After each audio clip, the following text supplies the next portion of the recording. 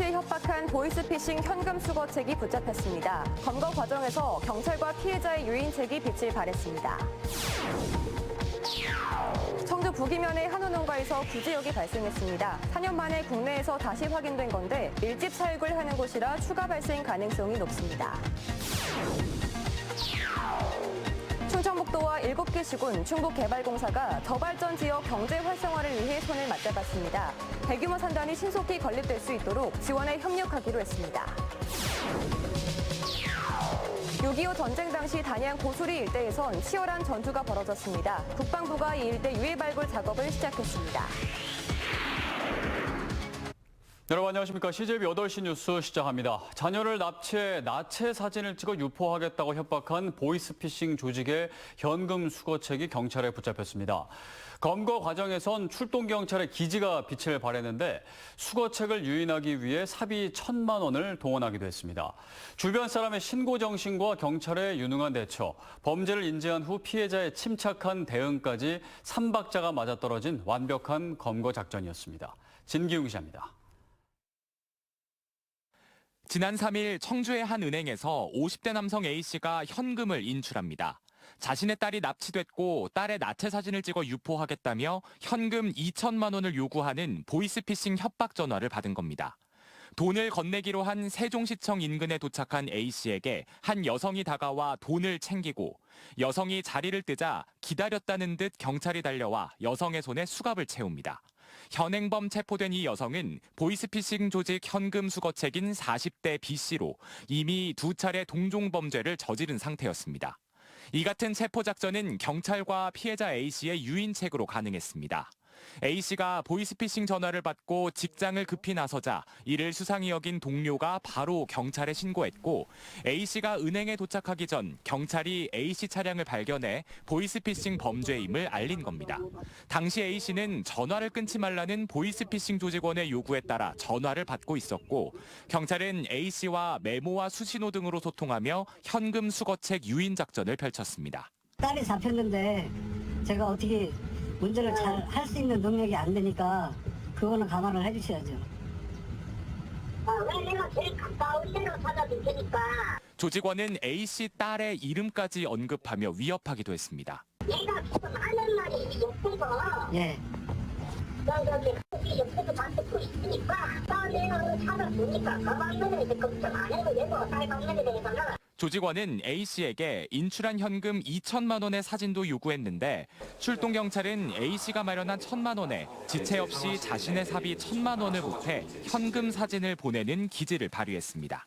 이 피해자가 만약에 돈을 마련하지 못해서 접선을 못하게 된다면 그 검거한 현금 수거책은 다른 피해자들을 만나서 또 현금을 받아갈 것입니다.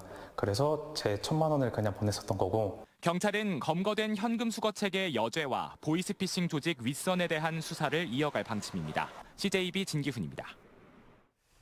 청주 북이면의 한우 농가 3곳에서 구제역이 발생했습니다. 지난 2019년 보온에서 발생한 이후 4년 만인데 방역당국은 긴급 살처분을 실시하고 인근 농가에 대한 이동 제한 조치를 내렸습니다. 홍우표 기자입니다. 청주시 북이면의 한우 농가 한 곳에서 구제역 발생 의심 신고가 들어온 것은 어제였습니다. 수의사가 한우를 살피는 과정에서 구강과 유두 부위에서 구제역의 전형적인 증상인 수포, 바꿔 말해 물집이 생긴 것을 발견한 것입니다.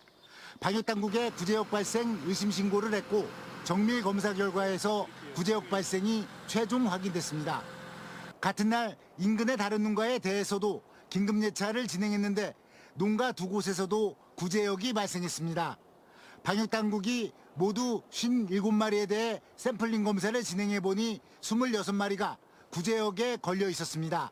감염률이 높아 이들 농가가 기르는 한우 450마리는 모두 살처분됐습니다. 앞으로 다른 농가에서 구제역이 추가로 발생하면 일단 해당 가축만 살처분이 될 것으로 보이지만 만약 확산세가 거세지면 전부 살처분할 가능성도 배제할 수 없는 상태입니다. 첫 번째 농가 같은 경우는 원래 내일까지가 일제 접종 기간이거든요. 그러니까 아마 그 농가는 오늘이나 내일 중에 하려고 했었다. 그러니까 이제 백신한 지 한 6개월 지났으니까 뭐 효과가 좀 떨어질 수도 있는 부분이고 아니면 개체 중에서 항체가 안 나왔던 개체에서도 나올 수 있는 부분이기 때문에 방역당국은 또 구제역 발생 농가로부터 반경 3km 이내의 농가 233곳 가축 4만 마리에 대해서는 3주간 이동 제한 조치를 내렸습니다. 이 기간 도내 가축 시장은 폐쇄되고 도축장으로만 반입이 가능합니다. 전국적으로도 오는 13일 자정까지 이동 제한 조치가 내려졌습니다. 세종하고 천안까지 해서 총 6개의 청주시 7개 시군에 대해서는 그 긴급 추가 백신을 3주가 안 된 것들에 대해서는 3주 도래한 시점에 추가 백신을 하는 걸로 그렇게. 구제역 백신은 현재 소는 6개월마다, 돼지는 수시로 접종이 진행되고 있습니다. 비록 백신을 맞았더라도 구제역을 100% 막을 수 없고 더구나 북이면 일대는 워낙 밀집 사육을 하고 있는 곳이어서 추가 발생 가능성은 매우 높은 상태입니다. 국내에서 구제역이 발생한 것은 지난 2019년 1월 이후 4년 4개월 만입니다. CJB 홍우표입니다. 충주 살미면과 동량면에 이어 진천군 백곡면의 과수 농가에서도 과수 화상병이 발생했습니다. 충청북도 농업기술원에 따르면 지난 9일 과수 화상병 의심 신고가 접수된 해당 농가는 국립농업과학원의 정밀 검사를 통해 확진 판정이 내려져 2,700제곱미터를 매몰 처분했다고 밝혔습니다. 올해 도내에선 3개 농가에서 과수 화상병이 발생해 과원 1.3헥타르가 피해를 입었습니다. 62회 충북도민체전이 조금 전 영동에서 개막했습니다. 오늘부터 사흘 동안 각 시군을 대표하는 4,500여 명의 선수단이 기량을 겨루는 가운데 대회 기간에는 관광객들을 위한 이벤트들도 다양하게 펼쳐집니다. 이태영 기자입니다. 육군 국악대의 연주에 맞춰 대회기와 함께 선수단이 입장합니다. 자신이 속한 시군의 깃발을 앞세운 선수들의 표정에는 설렘과 비장함이 교차합니다. 62회째를 맞는 충북 도민체전이 영동에서 개막했습니다. 제62회 충북 도민체육대회 개회를 선언합니다. 이번 대회에는 4,500여 명의 선수단이 26개 종목에 참가합니다. 도민체전은 생활체육과 학교체육, 엘리트 체육이 모두 어우러진 대회로 일반 동호인들이 전문 선수들과 직접 기량을 겨뤄볼 수 있는 기회이기도 합니다. 이번 대회에는 육상의 김민지와 서지연, 옥천군청 소프트 테니스팀 등 지난해 전국체전에서 메달을 획득하며 충북을 빛냈던 선수들도 참가합니다. 우리 도민체육대회는 우리 선수들이 주인공입니다. 그래서 우리 선수들이 다치지 않고 정말로 페어플레이 하고 서로 이긴 사람이나 진 사람이나 서로 이렇게 우정을 나누면서 화합된 분위기로 이렇게 해주길 바라고 있습니다. 영동에서 12년 만에 열리는 이번 도민체전은 관광체전이기도 합니다. 대회 기간에 맞춰 복합문화예술회관에는 지역 화가들의 문화작품이 전시되고 3.1공원과 거리에서는 지역 예술인들의 버스킹 공연도 마련됐습니다. 대회 운동장 부대 행사장에서는 지역 농특산물과 기업 제품 전시 판매장도 준비한 가운데 영동군은 선수들과 관광객을 맞이할 준비를 마쳤습니다. 힐링타운에도 와인터널 등 많은 볼거리들이 있습니다. 열대 식물원도 있고요. 그런 데서 많이 보고 영동을 즐기고 가시기 바랍니다. 살맛나는 영동, 하나 되는 충북이란 슬로건에 제62회 충북 도민체전은 13일까지 사흘간 이어집니다. CJB 이태현입니다. 도내 시군 간 경제적 불균형 문제가 갈수록 심각해지고 있습니다. 충청북도가 저발전 지역에 대규모 산단 건립을 위해 7개 시군 충북개발공사와 힘을 모으기로 했습니다. 안정원 기자가 보도합니다. 지난 2016년 준공한 증평 2 일반 산업단지입니다. 31개 기업이 모두 입주를 마쳤지만 7년이 지난 현재까지 추가로 조성한 산단은 아직 없습니다. 증평군의 재정 자립도가 낮아 민간 투자 사업자를 찾기가 어렵기 때문인데 산단 용지 부족은 곧바로 기업 유치의 한계로 작용했습니다. 투자 기업들이 가장 적정한 시기를 찾는 게 중요한데 산업용지가 없다 보니까 저희가 투자 기업들을 많이 놓쳤습니다. 그러다 보니까 지역 발전이 아무래도 좀 저해된다고 봐야 되거든요. 현재 충북에 조성 중이거나 완료된 산업단지는 총 135개소 9천만 제곱미터. 하지만 청주와 충주, 음성, 진천 등 4개 시군에 도내 산단의 78%가 집중되면서 저발전 지역과의 격차는 눈에 띄게 벌어지고 있습니다. 특히 도내 기업의 87%가 산단에 입주하면서 산단의 필요성은 날로 커지고 있는 게 현실입니다. 저발전 지역의 지역 경제를 활성화하고 인구 유입을 늘리기 위해 충청북도와 7개 시군 그리고 충북개발공사가 손을 맞잡았습니다. 저발전 지역에 오는 2029년까지 대단위 산업단지 9곳이 조속히 들어설 수 있도록 행재정적 지원에 협력하기로 한 겁니다. 충청북도는 산단 인허가 절차를 간소화해 시행자의 사업 기간을 단축하고 충북개발공사는 사업 시행자로 적극 참여하기로 했습니다.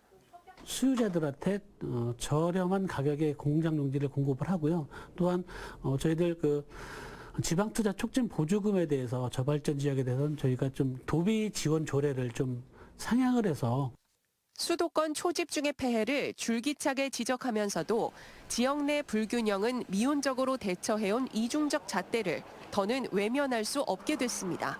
CJB 안정은입니다. 청주 오창의 에코프로 이동채 회장이 자본시장과 금융투자업에 관한 법률 위반 등의 혐의로 오늘 법정 구속됐습니다. 회사의 미공개 정보를 이용해 11억 원의 부당 이익을 취한 혐의로 1심에서 집행유예를 선고받은 이 회장은 항소심에서 징역 2년에 벌금 22억 원을 선고받았습니다. 서울고등법원 형사 5부는 주요 주주에 대한 미공개 정보를 활용해 부당 이득을 취하는 것은 평등과 신뢰를 해치는 중요 범죄라며 도주 우려를 감안해 이같이 판결한다고 밝혔습니다. 이 회장은 지난 2020년부터 양극재 계열사의 공급 계약 정보를 금융감독원에 올리기 전 미리 주식을 샀다가 되팔아 11억 원의 차익을 챙긴 혐의를 받고 있습니다. 6.25 전쟁 당시 단양 고수리 일대에선 일주일 동안 치열한 전투가 벌어졌습니다. 북의 남하를 저지하는 과정에서 수많은 군사가 전사하거나 실종됐는데요. 국방부가 유해 발굴을 위한 첫 삽을 떴습니다. 박원 기자입니다. 1950년 단양군 고수리 431고지에서 벌어진 단양 전투. 국군 8사단은 북한군의 남진을 막기 위해 고수리 일대의 방어선을 구축했습니다. 북한군은 요충지인 고수리를 향해 맹렬히 돌격했고 국군은 일주일간의 격전을 치렀습니다. 남진 지연이라는 작전을 성공적으로 수행한 국군은 이웃 인접한 경북 영주에 풍기로 철수했습니다. 이 과정에서 아군 158명이 전사하고 308명이 실종되는 피해를 봤습니다. 1950년 7월 6일부터 7월 10일까지 7일간의 전쟁으로 인하여 낙동강 전선이 일주일간의 전선을 밀리는 그거를 걸기 위한 시간이 되었었습니다. 치열한 전투가 펼쳐졌던 고수리 일대의 유해 발굴이 시작됐습니다. 육군 37사단과 국방부 유해 발굴 감식단은 오는 15일부터 3주 동안 희생자들의 명예를 회복하기 위한 발굴 작전을 펼칩니다. 군 단독적인 판단이 아닌 이 지역의 어르신들의 정언과 역사적 자료를 토대로 해서 사전 탐사를 하였고 현 위치에서 유해가 있을 것으로 어느 정도 확인이 되었기 때문에 지난 2003년부터 고수리 일대에서는 아군의 유해 33구, 적군 20구, 전투유품 700여 점이 발견됐습니다. 남한강에 배수진을 치며 북한군의 침공을 막아내다 장렬히 사나운 이름 모를 전사자들. 70여 년이 흘렀지만 호국 영웅을 한 명이라도 더 찾기 위한 유해 발굴은 결코 멈출 수 없습니다. CJB 박원입니다.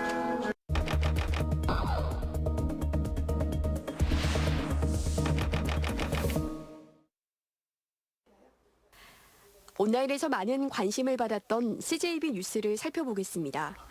먼저 속리산 법주사를 포함해 전국 65개 사찰의 문화재 관람료가 폐지됐다는 소식에 누리꾼들은 봉이 김선달이나 다름없었는데 좋네요. 이제 속리산 자주 가야겠네요 등 환영한다는 반응을 보였습니다. 다음은 도내 한 고등학교의 영화 관람 체험 활동 중 학생들에게 정치 구호가 적힌 팻말을 들게 논란이 됐다는 소식입니다. 해당 학교 측은 정치 참여권이 있는 학생들인 만큼 문제가 없다는 입장이지만 누리꾼들의 반응은 달랐는데요. 아이들에게 설명은 해주고 자유의사에 맡겨야지.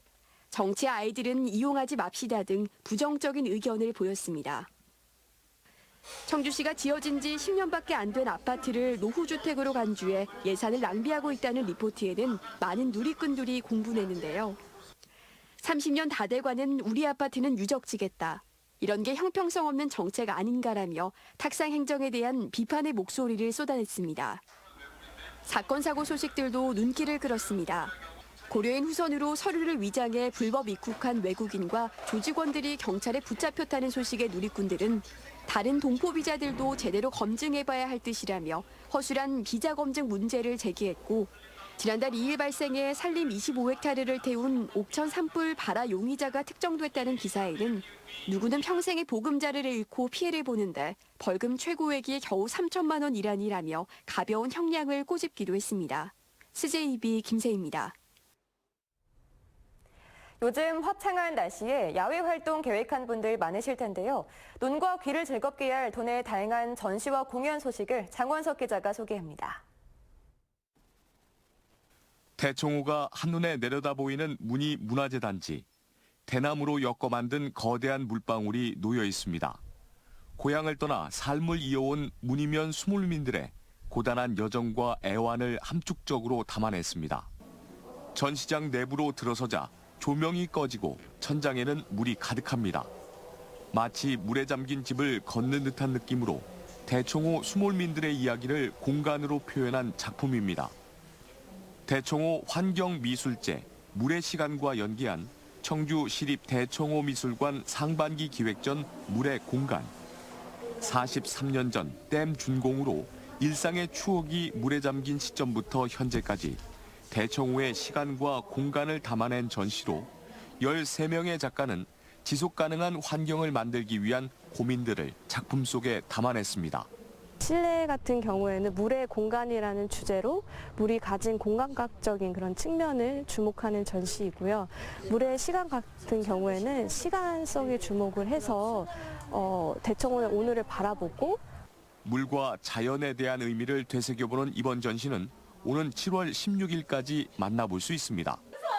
6.25 전쟁 직전인 1950년 4월 환갑을 맞은 김 씨의 집에 세 딸과 며느리 등 9명의 여인이 한자리에 모였습니다. 환갑잔치 대신 경치 좋은 곳으로 화전놀이를 갈 준비를 하면서 각자 숨겨왔던 이야기들을 밤새 꺼내가며 울고 웃습니다.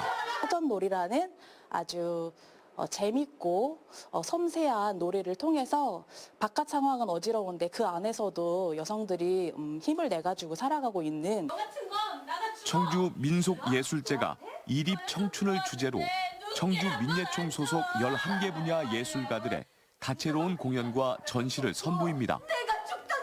특히 올해는 예술제 30주년을 맞아 아카이빙 전시와 토론회를 통해 지역 예술이 나가야 할 방향을 모색해보는 자리도 마련해 의미를 더했습니다. 앞으로의 30년 또 그 후의 30년까지 뭔가 내다보는 신구의 예술가들이 서로 조화롭게 함께하는 그런 민족예술제를 준비했습니다. 청주 민속예술제는 청주 예술의 전당 일원에서 오는 14일까지 이어집니다. CJB 장원석입니다.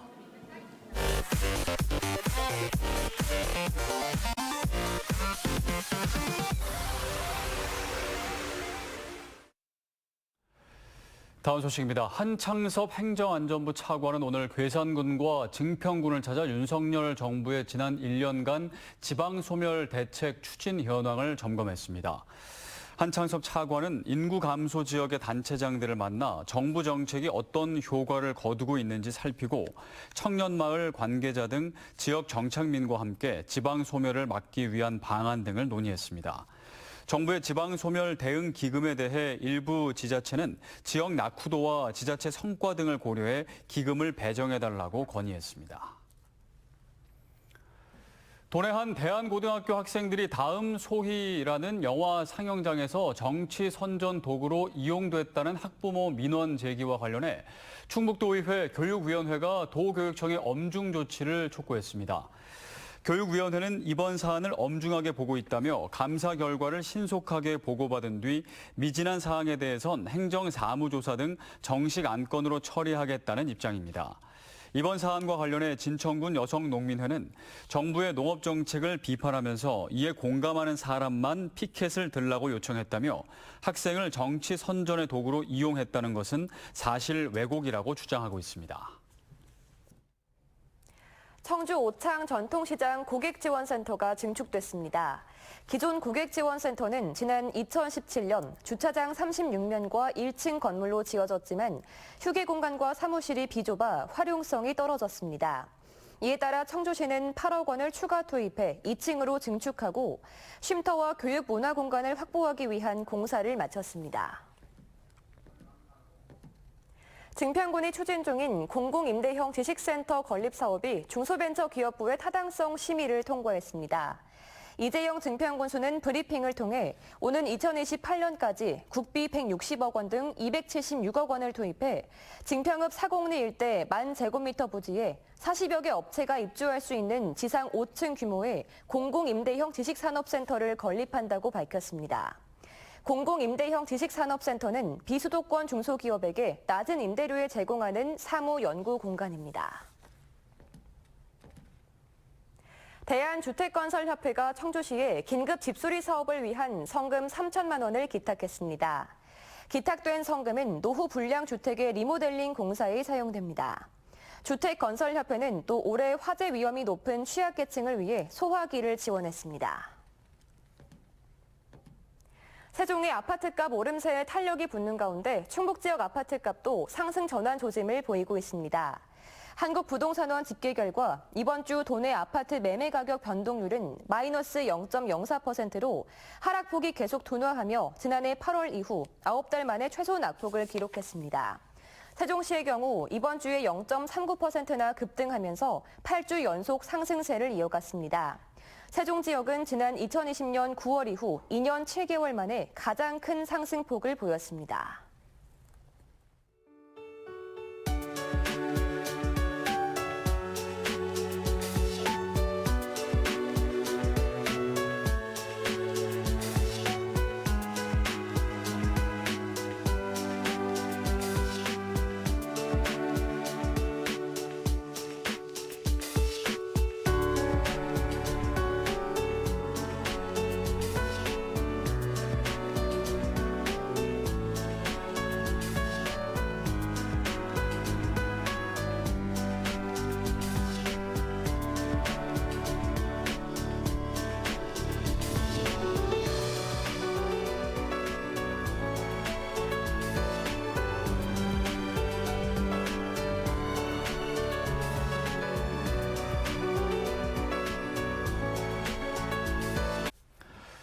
네, 충북에서 과수 화상병에 이어 구제역까지 발생하면서 긴장감이 높아지고 있습니다. 전염성이 강한 구제역은 차량이나 사람을 통해 주로 전파되는 만큼 농가는 물론 도민 모두의 방역 협조가 중요한 상황입니다. CJB 8시 뉴스를 모두 마칩니다. 함께해 주신 여러분 고맙습니다.